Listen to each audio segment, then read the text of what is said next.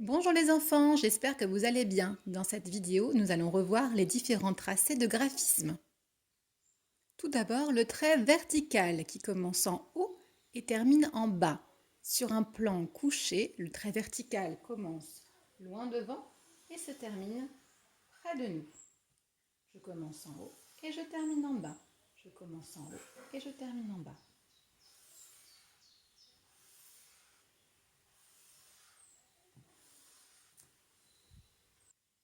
Puis le trait horizontal qui commence à gauche et finit à droite. De la gauche vers la droite. De la gauche vers la droite. De la gauche vers la droite. Si nous superposons les traits verticaux et horizontaux, nous obtiendrons un quadrillage. Puis, nous avons appris à tracer des traits verticaux et horizontaux de plus en plus courts. Les traits horizontaux toujours de gauche à droite.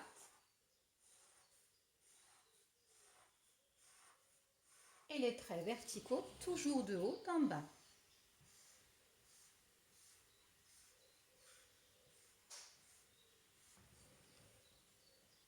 Ces lettres ont été conçues à base de traits verticaux et horizontaux. Les traits verticaux et horizontaux nous permettront de tracer les lettres I, H, E, L, T, F.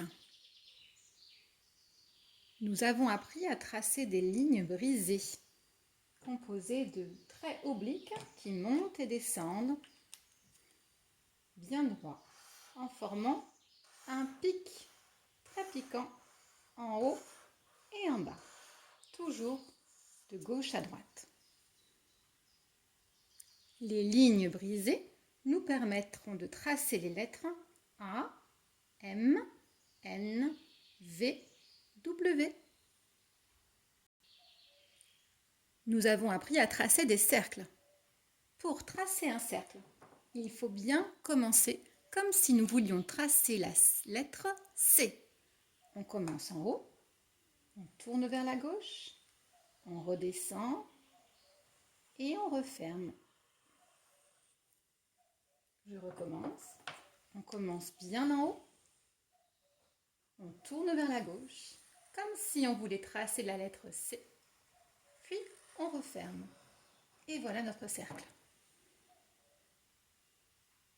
Tracer des cercles nous permettra d'écrire ensuite des lettres. Le C, le O, le Q, le G. Nous avons appris à tracer des points.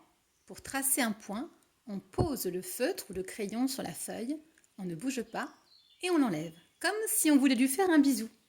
Comme ça.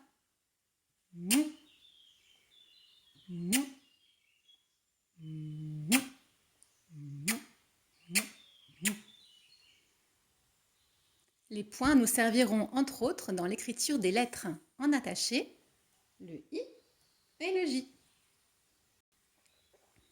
Avec les moyens, nous avons appris à tracer des spirales.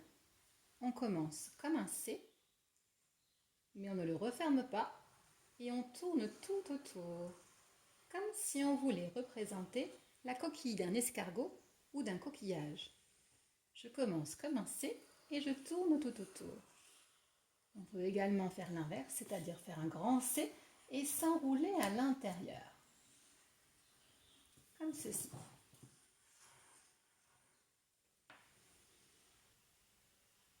Avec les moyens, nous avons appris à tracer des vagues.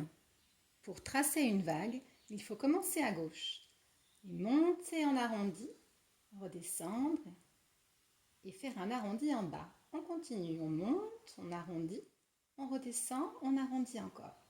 On monte, on arrondit, on redescend, on arrondit encore. On monte, on arrondit, on redescend, on arrondit encore. Les vagues nous permettront entre autres de tracer les lettres en attaché, en cursive, en grande section l'année prochaine, comme le V ou le W. Avec les moyens, nous avons appris à tracer des créneaux. composé de traits couchés et traits debout, en commençant à gauche et en terminant la ligne de créneau à droite. On alterne traits couchés et traits debout sur une même ligne.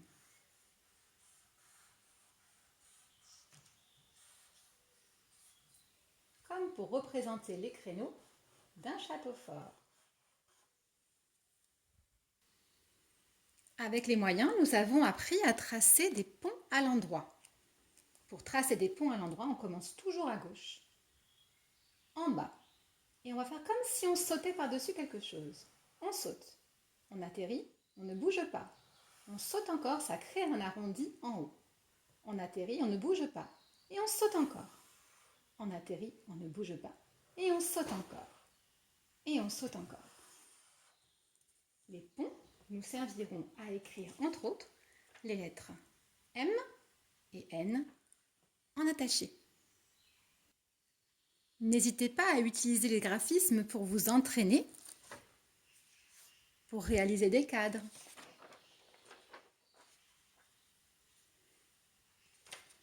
Ou même de nouvelles productions. Pour les combiner entre eux. Maintenant, c'est à vous de jouer. Au revoir les enfants.